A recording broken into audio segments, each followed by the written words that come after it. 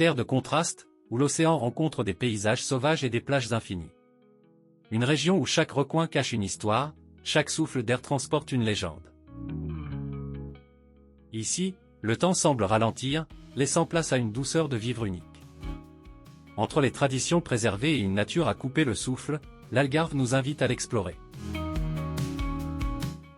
Atterrissage réussi à Faro sous un soleil de plomb. Mon épouse est déjà en mode recherche de lunettes de soleil. L'Algarve, prépare-toi, on arrive. Petite route de 45 minutes depuis Faro. L'excitation monte. Enfin. Surtout l'excitation de savoir si le GPS va nous emmener directement à l'appartement d'Albufera. On y est. Notre petit nid douillet à Albufera nous tend les bras. Et là, c'est le bonheur. La terrasse nous attend et la piscine nous fait de l'œil.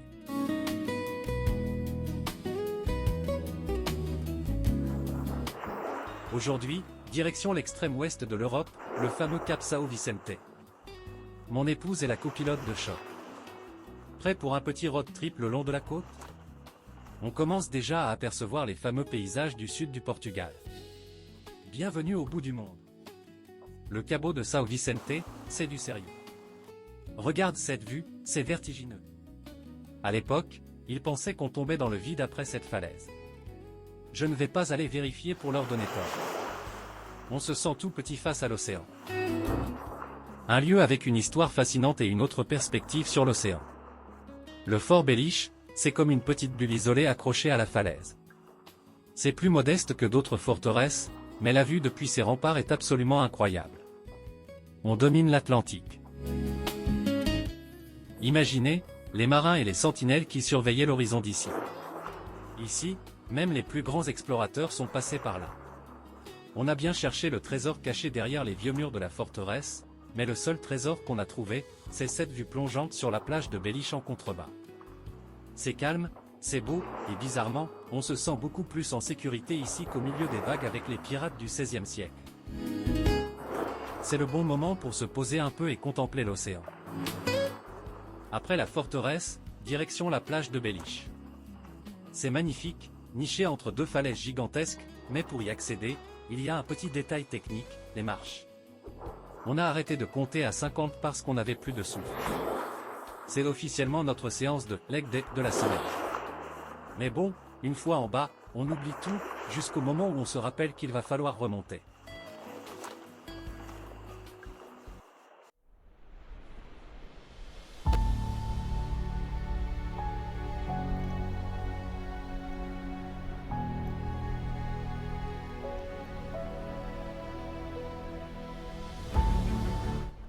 On entre dans la forteresse de Sagres. C'est immense, c'est plat, et c'est surtout une soufflerie naturelle gratuite. Mon épouse a officiellement abandonné toute tentative de garder un brushing décent. On est ici sur les traces d'Henri le navigateur. À l'époque, il n'avait pas de GPS, mais vu la force du vent, il n'avait pas besoin de moteur non plus pour avancer.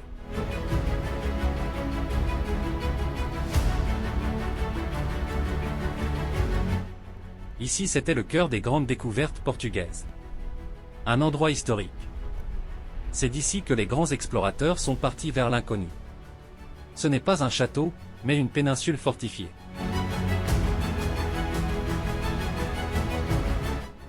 On peut marcher un moment et profiter des vues à 360 degrés. C'est l'endroit parfait pour terminer notre visite de l'ouest de l'Algarve.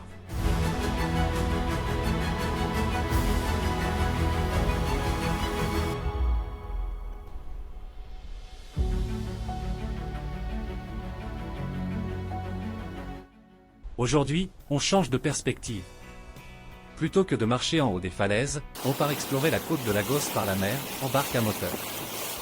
L'objectif, voir ces trésors cachés de tout près.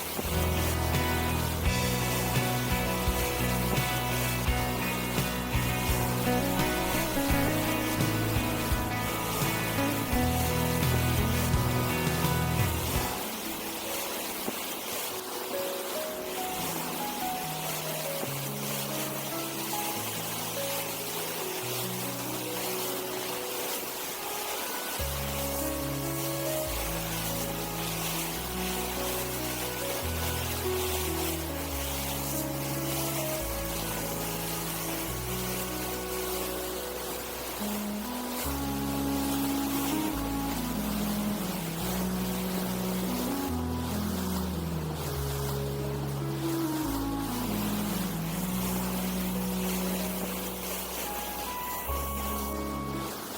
c'est parti pour le slalom géant.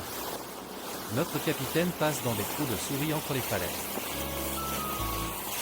Je ne sais pas comment il fait pour ne pas rayer la carrosserie, mais c'est du grand art. C'est quand même plus reposant que de ramer soi-même, et surtout, on profite de la vue sans avoir à surveiller nos pieds.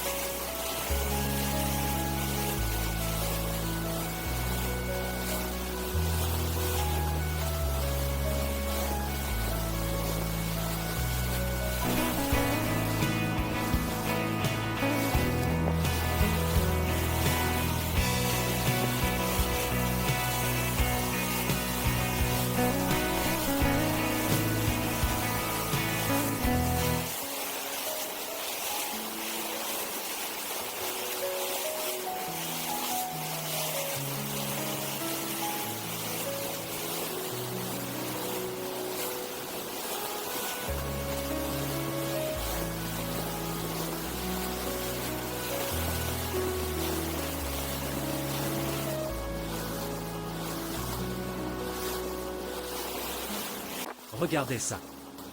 Notre guide nous fait passer juste sous les arches et entrer dans ces grottes secrètes. C'est totalement fou d'être entouré par cette roche dorée et l'eau turquoise.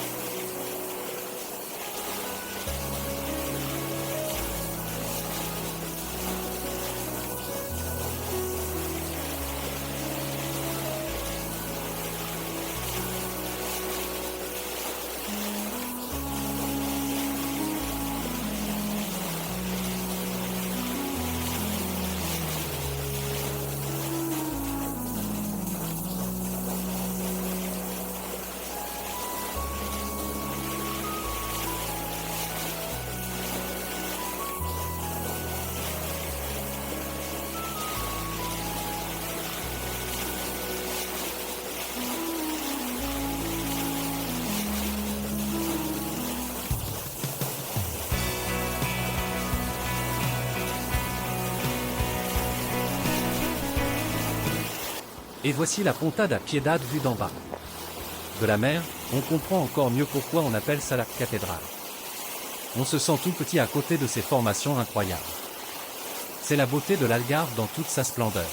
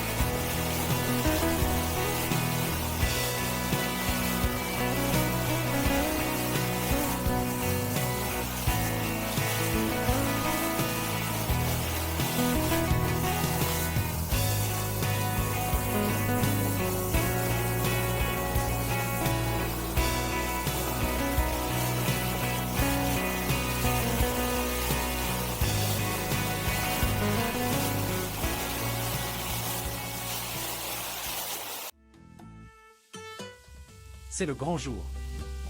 On quitte la marina d'Albufera pour une expédition en mer. Aujourd'hui, on longe toute la côte vers l'ouest.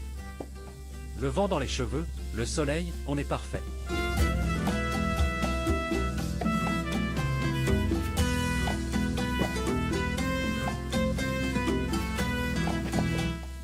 La vue depuis le bateau est incroyable. On découvre toutes ces falaises et ces plages cachées. L'Algarve vue de l'océan, c'est vraiment une autre dimension.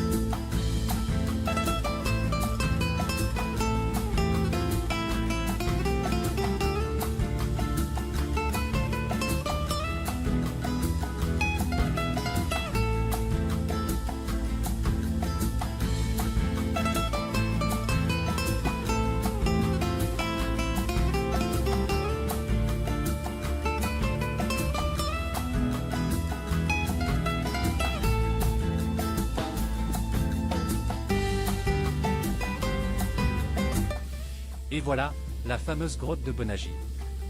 C'est encore plus impressionnant en vrai. Ce dôme naturel avec son ouverture vers le ciel est magique. Regardez, cette lumière qui tombe sur le sable, c'est féerique.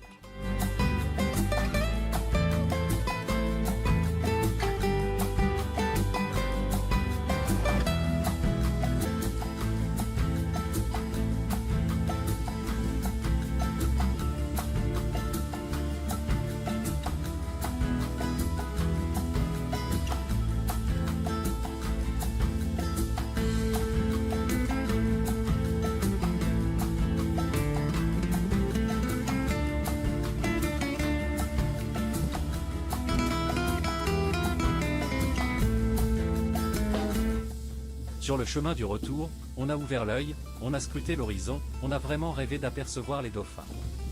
On y a cru jusqu'au bout. Bon, les dauphins ont décidé de rester cachés aujourd'hui. C'est le jeu avec la nature sauvage. Mais entre nous, avec des paysages pareils, on n'est pas du tout déçu du voyage. On rentre à bon port avec des étoiles plein les yeux. Après toutes ces émotions, et la traque infatigable des dauphins invisibles, direction la marina d'Albufera pour un petit repas rapide. Un plongeon dans la piscine, rien de tel qu'un bon bain pour finir la journée en beauté. L'eau est parfaite. Franchement, la vie en Algarve on s'y habitue très vite. On est enfin à la Praia da Marina.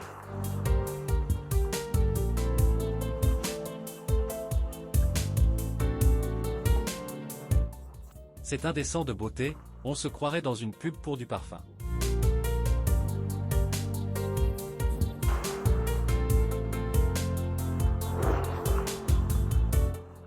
Mon épouse a lancé le marathon photo, profil gauche, profil droit, panoramique, elle ne s'arrête plus. À ce rythme-là, on ne va pas ramener des souvenirs, on va ramener l'intégrale de la géologie portugaise en 15 000 clichés.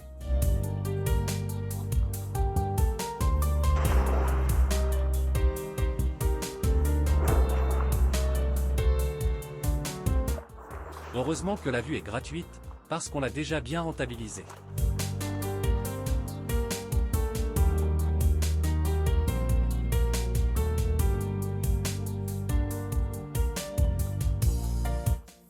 J'essaie de garder un air digne en haut de la falaise, mais avec un tel décor, c'est difficile de ne pas rester bouche bée comme un touriste débutant.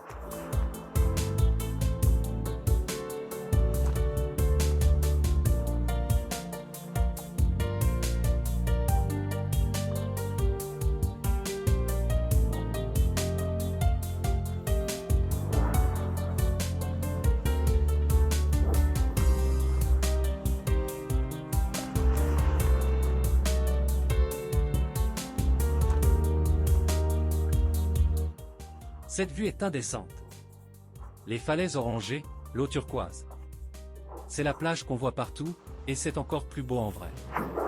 La voilà, la star de l'Algarve. La vue à Marina est tellement parfaite qu'on dirait un fond d'écran Windows, mais en mieux. C'est la plage top modèle, elle n'a même pas besoin de filtre Instagram.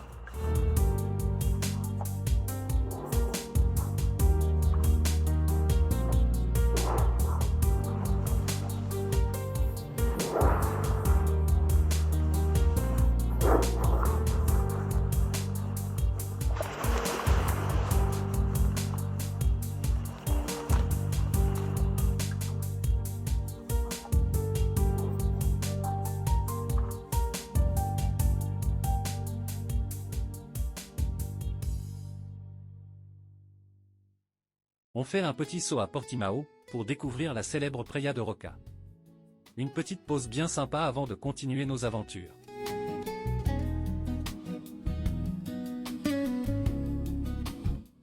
On prend un peu de hauteur à l'extrémité de la plage pour visiter la forteresse de Santa Catrina. C'est ici qu'on surveillait autrefois l'entrée des pirates dans le fleuve Arad. Aujourd'hui les seuls envahisseurs c'est nous avec nos appareils photo. Regardez ce spectacle sur le fleuve Arad, un magnifique vieux gréement qui prend le large avec ses touristes à bord. On dirait presque un décor de film de pirates qui s'invite dans notre voyage.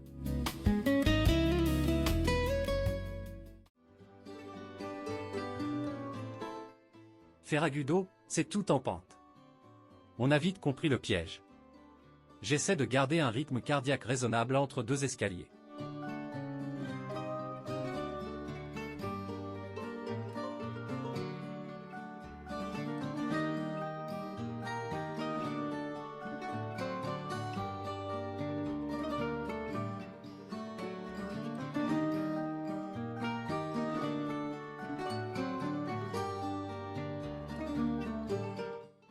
Changement d'ambiance. On s'enfonce dans les petites rues blanches. C'est magnifique, les fleurs sont partout.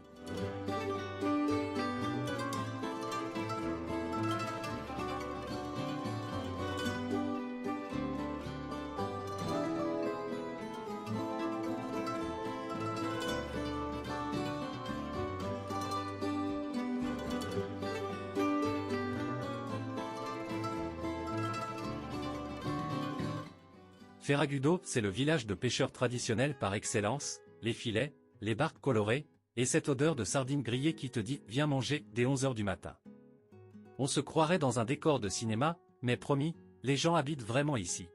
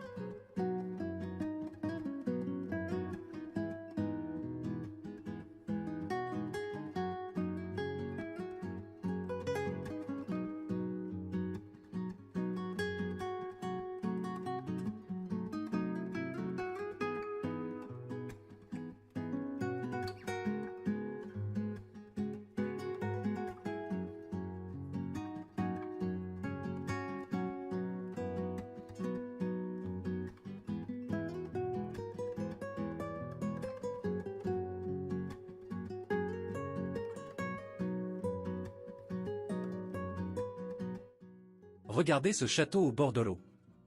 On dirait une forteresse de sable géante. C'est privé, donc on ne peut pas entrer, mais c'est pas plus mal, ça fait au moins une visite où on n'a pas de marche à grimper.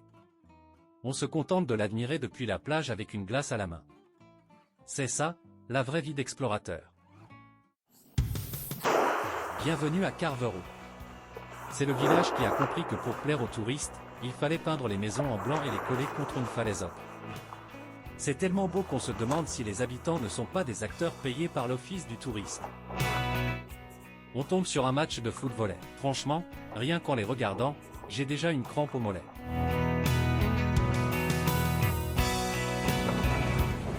Le train serpente dans les hauteurs de la ville. C'est génial, on voit tout sans faire un seul pas. On passe devant les villas, les falaises. On a même l'impression d'être dans un manège, mais avec une vue 5 étoiles. C'est officiellement le meilleur investissement du séjour. Bilan de la balade, 0 calories brûlées, 100% de plaisir.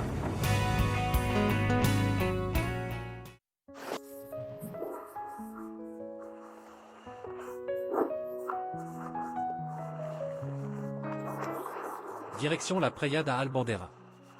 Ici, pas de chichi, c'est sauvage.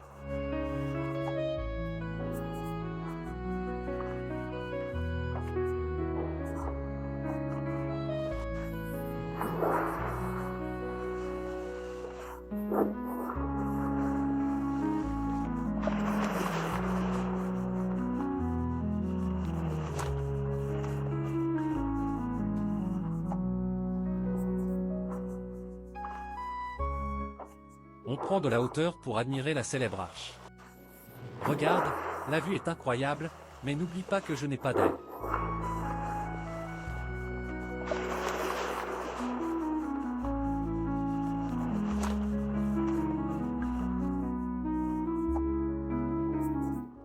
Regardez cette arche naturelle dans l'eau, c'est sculptural.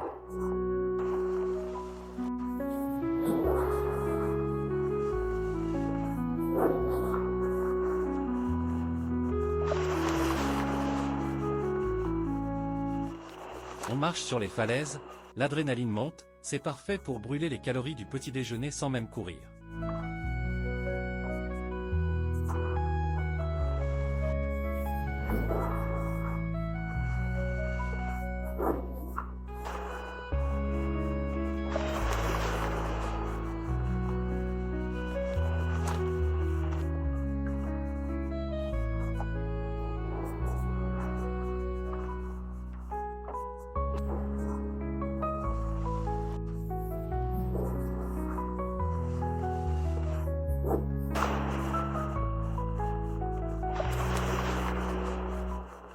Les falaises de Falaisia s'étirent à perte de vue et changent de couleur toutes les 2 minutes. C'est tellement beau qu'on en oublierait presque qu'on a encore du sable dans les chaussures depuis ce matin. Terminer la journée ici, c'est la récompense ultime. Les falaises de Falaisia s'étirent à perte de vue et changent de couleur toutes les 2 minutes.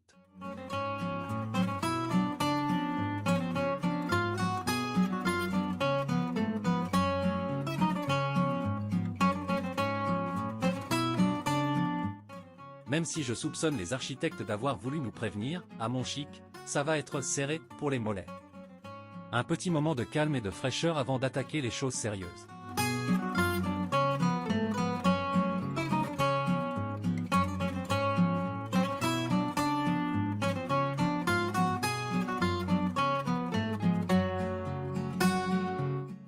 On continue l'exploration des ruelles de Montchic. C'est charmant, c'est typique, mais c'est surtout une pente à 45 degrés. Ici, les habitants n'ont pas de jambes, ils ont des pistons. Je cherche désespérément une rue qui descend, juste pour le principe.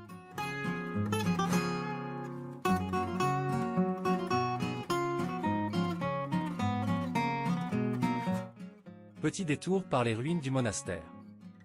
C'est calme, c'est mystique, et ça offre une vue de dingue sur la vallée. C'est l'endroit idéal pour méditer sur le sens de la vie, ou pour reprendre son souffle en faisant semblant d'admirer les vieilles pierres. Un moment hors du temps, loin de l'agitation de la côte.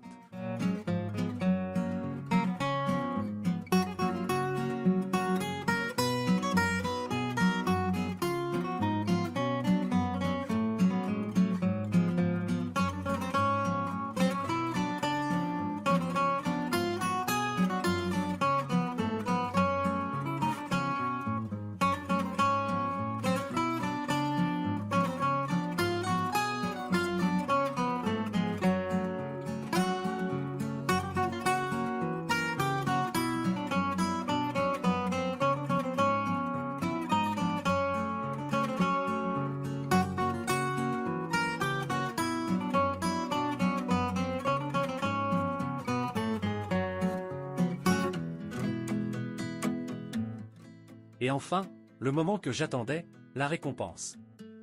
On s'attaque à une assadura de porco preto. C'est du porc noir local, grillé avec de l'ail et de l'huile d'olive. C'est tellement bon que je suis prêt à remonter tout.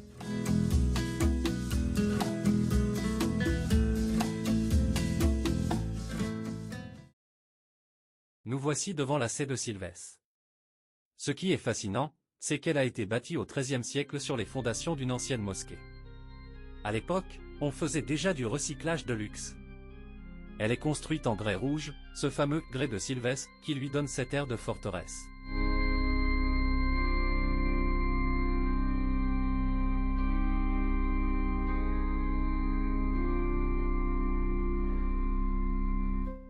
On sent que les murs ont du vécu, ils ont vu passer des rois, des évêques et maintenant nous avec nos sacs à dos.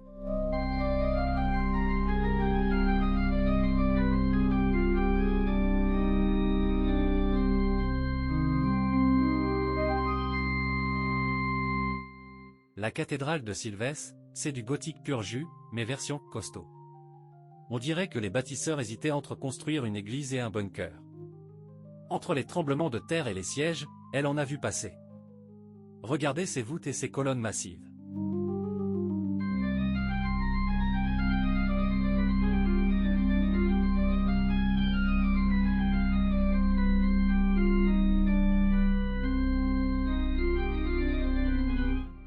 On sent que c'était fait pour durer plus longtemps que la batterie de mon téléphone.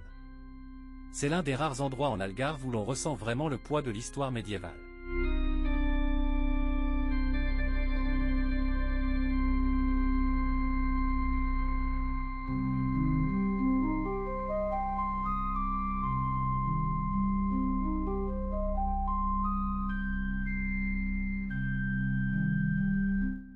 C'est frais, c'est calme, et c'est l'endroit parfait pour demander un peu de force avant d'attaquer la montée vers le château.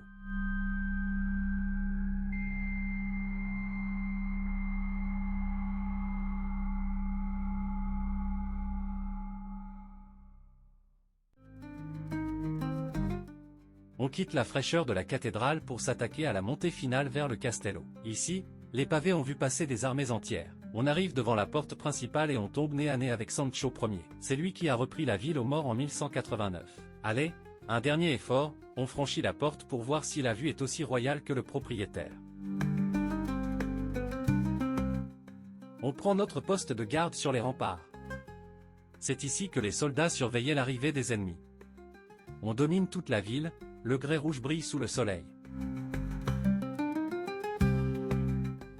On fait le tour des courtines. C'est du médiéval pur jus, les murs sont larges. On marche avec précaution en admirant le panorama.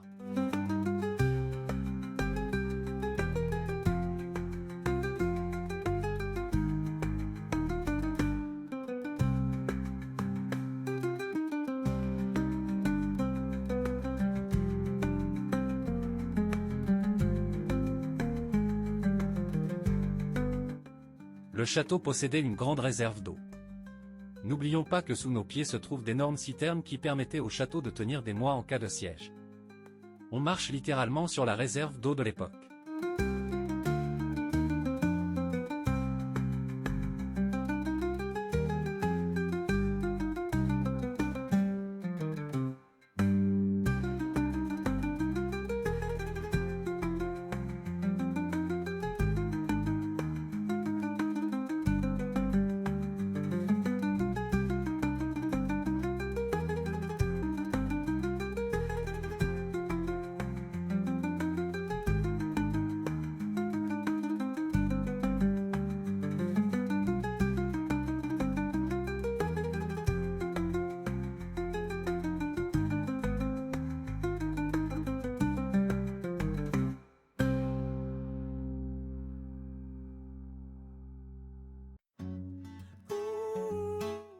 On continue notre visite des villages dans les terres. Bienvenue à Loulé. Ici, l'ambiance change, c'est le Portugal authentique, avec ses rues pavées et ses maisons blanches. C'est aussi la ville où mon sens de l'orientation va être mis à rude épreuve, mais bon, c'est ça l'aventure. Le clos du spectacle, le Mercado municipal. Avec ses dômes rouges, on se croirait dans un palais des mille et une nuits. À l'intérieur, c'est l'explosion, odeur d'épices, pyramides d'olives et poissons frais.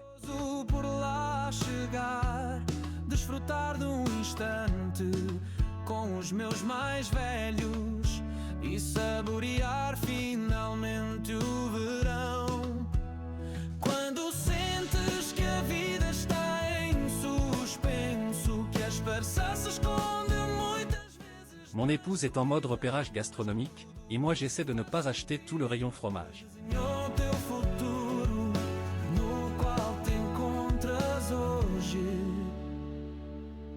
Quase a chegar, o céu escureceu, a notícia caiu e destruiu-nos a todos. Nem 30 minutos para perceber que nunca mais os voltarias a ver. Agora estou aqui, sozinho entre todos. J'aime bien le pêcheur aussi. Le pêcheur avec la tornade qui a cassé le bateau. Tu vois. Donc je m'assois, je sais pas ce que je vais faire. J'improvise un dessin. Et mon plaisir c'est d'écouter les commentaires autour. Et toujours avec du café. Café et cuillère, je me limite au café et cuillère, regarde. Et je... Ah oui, pas de pinceau. Uniquement cuillère de La café. cuillère. Le seul au monde.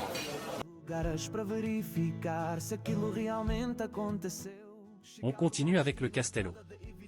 Ces murailles blanches dominent la ville. Alarmante e no entanto sentes-no, nada será igual. Amanhã a vida não será a mesma ao acordar. Quando sentes que a vida está em suspenso, que a esperança se esconde muitas vezes na escuridão, mas que tudo isso faz sentido, pois desenhou o teu futuro, no qual te encontras hoje. Quando sentes que a vida está em suspenso. On fait le tour des remparts pour surveiller si les morts ne reviennent pas. Ou plus probablement pour repérer où se trouve la prochaine pâtisserie. C'est bien entretenu, c'est propre, et ça ne monte pas trop, mon château préféré. Encontras hoje, mas amanhã a vida não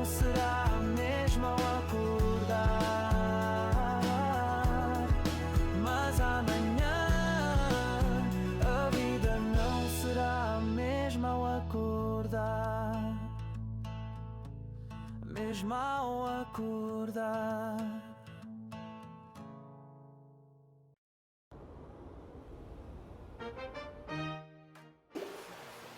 Papier, lettres. Et on tourne. Et l'encre, tu la mettais à la main alors? À la main, à la main. Hein? Oui, sans doute.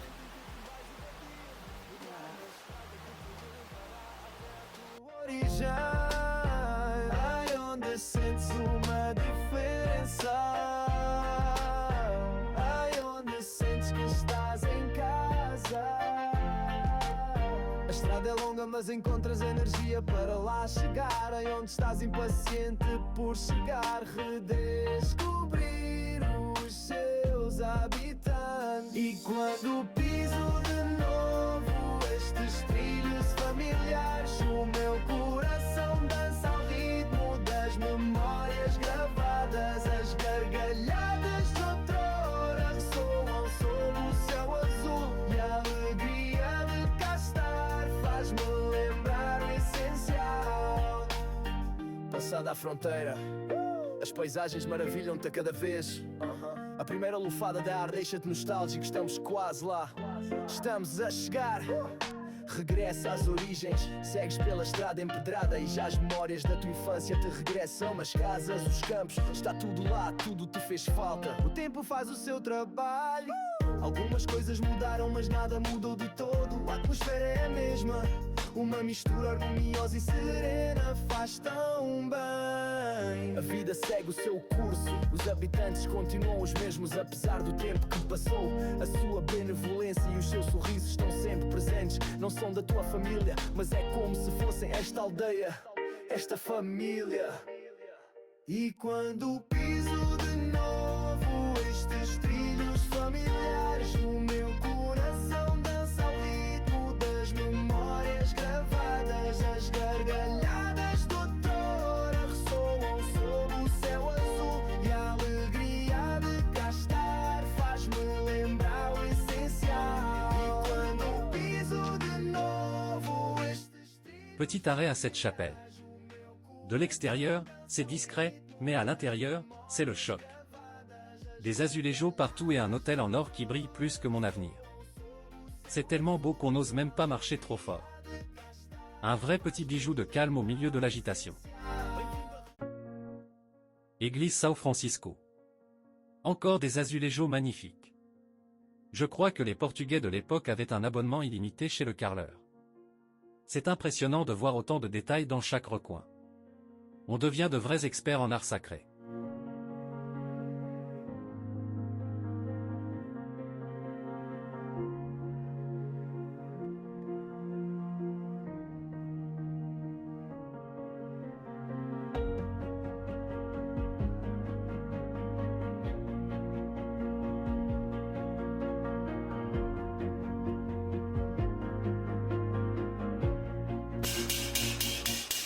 On termine par le cœur battant de Loulé, l'atelier des chaudronniers.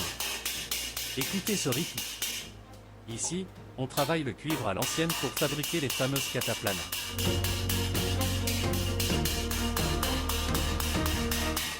C'est bruyant, c'est chaud, et c'est fascinant de voir ces artisans dompter le métal. On repartirait bien avec une marmite, mais je ne suis pas sûr que ça rentre dans la valise.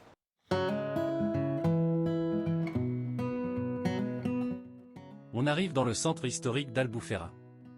C'est le royaume des maisons blanches et des ruelles étroites. Nous voici sur la place principale. C'est le cœur du réacteur, des terrasses, de la musique, et une foule qui vient du monde entier. C'est l'endroit idéal pour se poser et faire du people watching en essayant de deviner qui a pris le plus gros coup de soleil de la journée. Ambiance vacances garantie.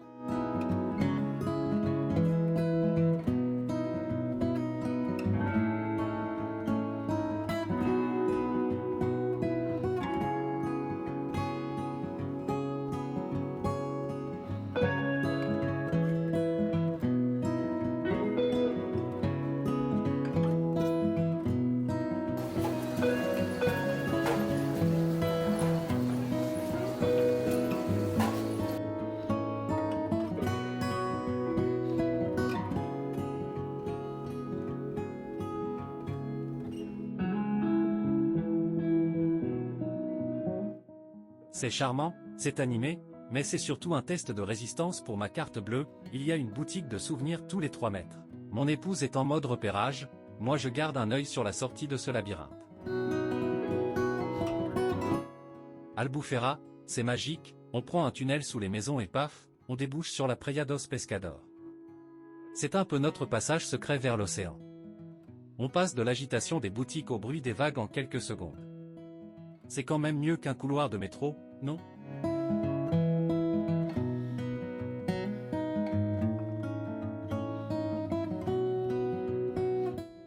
Bienvenue dans le cœur historique. Ici, la règle est simple, si c'est pas blanc, c'est pas Albufera. Les maisons sont serrées les unes contre les autres comme pour se raconter des potins.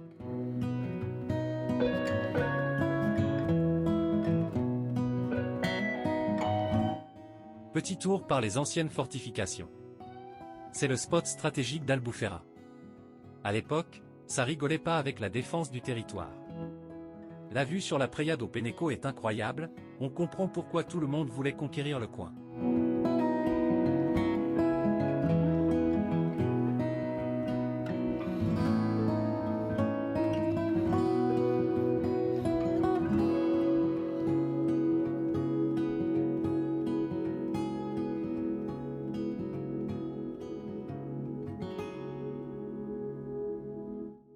On sent que le temps s'est arrêté un peu plus haut que sur la plage.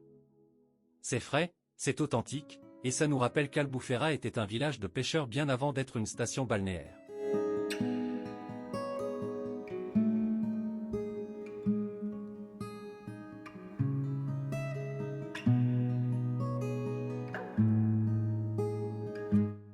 On admire les encadrements de portes colorées et les bougainvilliers qui explosent sur les murs.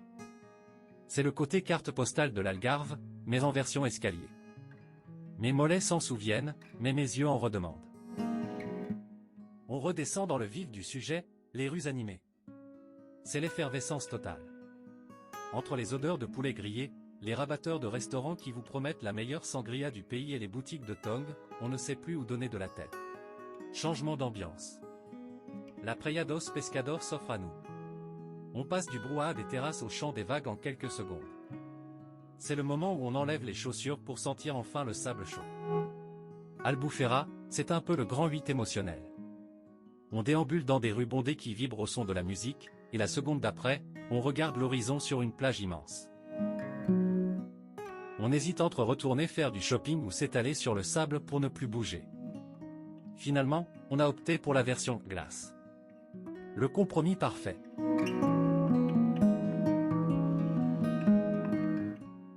Bienvenue à Olos de Agua, les yeux d'eau.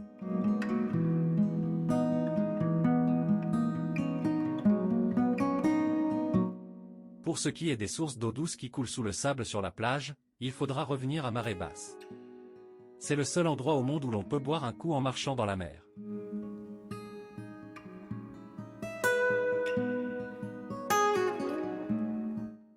Regardez ces barques de pêcheurs remontées sur le sable, c'est le côté carte postale de l'Algarve. Ici, on prend le temps. On a déambulé entre les rochers et les cabanes de pêcheurs.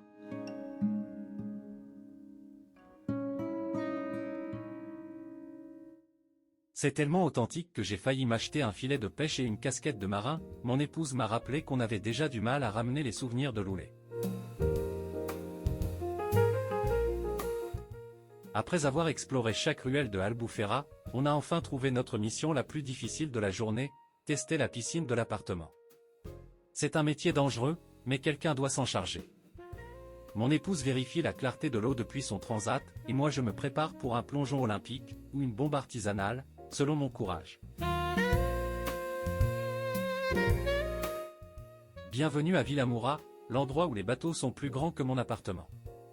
On se promène sur la marina en essayant de deviner quel yacht appartient à un agent secret ou à une star de foot. Mon épouse a déjà repéré celui qu'elle veut pour son anniversaire. J'ai vérifié le prix, je crois qu'on va plutôt reprendre une glace et continuer à pied. On change de standing. À Villamoura, tout est propre, tout brille, et même les mouettes ont l'air d'avoir un compte en banque bien rempli. On déambule entre les boutiques de luxe et les terrasses chics. On essaie de garder un air décontracté, genre on a garé l'hélicoptère juste derrière, mais nos sacs à dos nous trahissent un peu.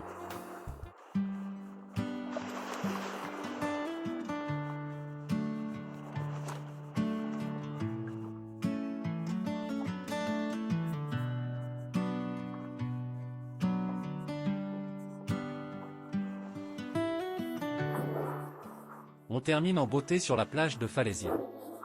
Regardez ces couches de couleurs, du blanc, de l'ocre, du rouge. On dirait que la nature a voulu tester tous les échantillons de peinture avant de se décider.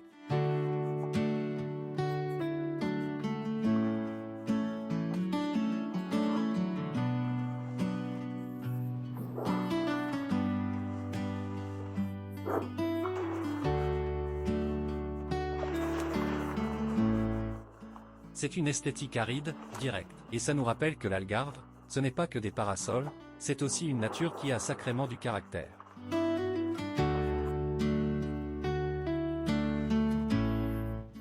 On marche entre l'océan et ses falaises géantes en essayant de ne pas trop penser à la gravité. C'est le seul endroit où tu as l'impression de bronzer au pied d'un volcan éteint.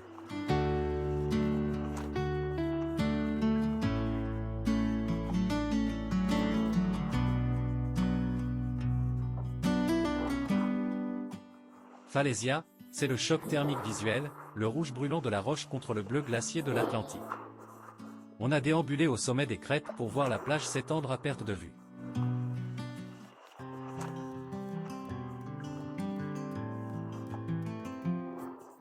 Ce matin on revient sur la Pléiade à Falaisia, et honnêtement, le choc visuel est toujours total.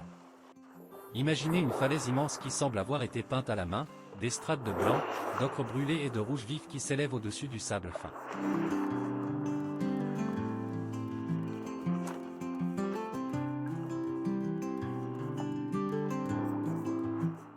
On a commencé par marcher sur les sentiers de Crète, là où les pins parasols semblent défier le vide. D'ici, l'Atlantique paraît encore plus bleu, comme si le rouge de la roche faisait ressortir l'azur de l'eau.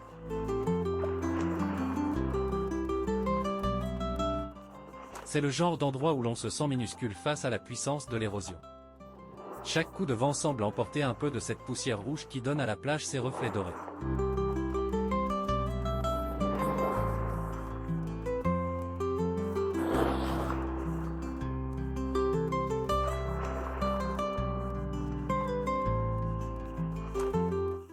C'est sauvage, c'est brut, et c'est sans aucun doute l'un des plus beaux panoramas de tout le Portugal.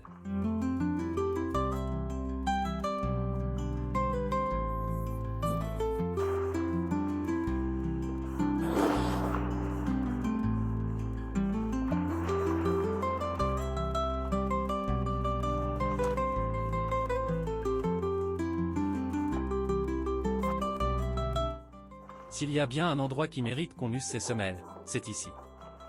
On a descendu les marches en bois pour se retrouver au pied de ce monstre de grès. Regardez ces falaises, on dirait un immense gâteau marbré qui aurait un peu trop chauffé au soleil.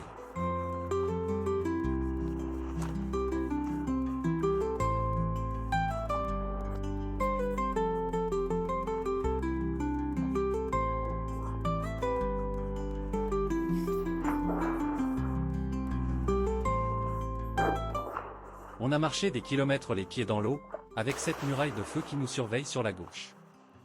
Le contraste est dingue, le frais de l'océan d'un côté, et cette chaleur qui irradie de la roche de l'autre.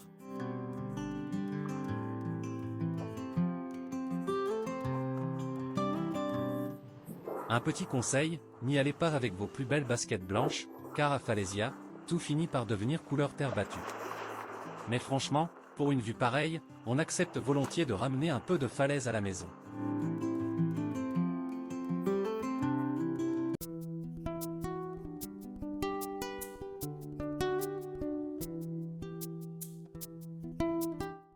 Le soleil se couche et Albufeira change de costume. On profite d'une petite promenade à la fraîche dans les rues illuminées. C'est beau, c'est calme, mais surtout, ça sent bon. Mon estomac commence à envoyer des signaux de détresse.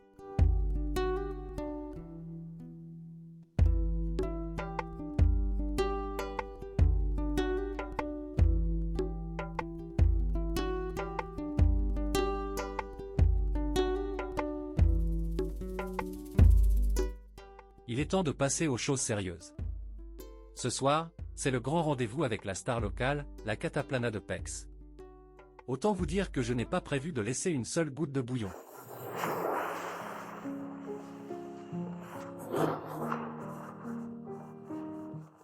On ne pouvait pas partir sans y revenir une dernière fois. Nous revoici sur les hauteurs de Falaisia, mais cette fois-ci côté Olos de Agua. On a beau avoir déjà vu ces falaises, le choc est le même. C'est comme une série qu'on adore, on connaît la fin, mais on regarde quand même tous les épisodes.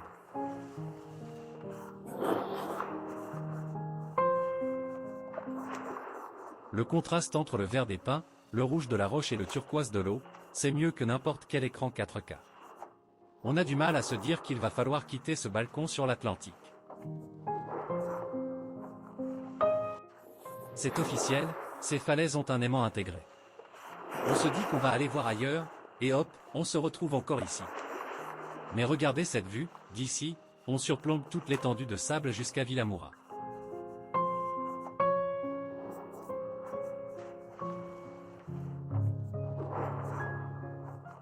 Cette partie de la côte, c'est un spectacle en sursis. On admire ces sculptures naturelles en sachant qu'elles sont fragiles. L'eau, le vent et le temps grignotent cette falaise jour après jour, créant ces dentelles de pierre et de sable.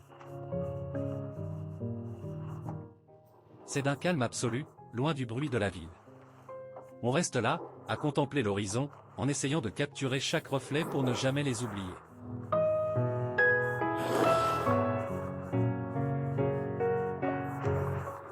Toutes les bonnes choses ont une fin, et nous voici de retour à Faro. On traîne les pieds sur la plage, juste à côté de l'aéroport, comme pour graver une dernière fois l'odeur de l'iode dans nos mémoires. On regarde les avions décoller en se disant que, si ça se trouve, le nôtre va nous oublier. Non? Bon, on aura essayé. On profite du sable jusqu'à la dernière seconde avant de troquer les tongs contre les chaussures fermées.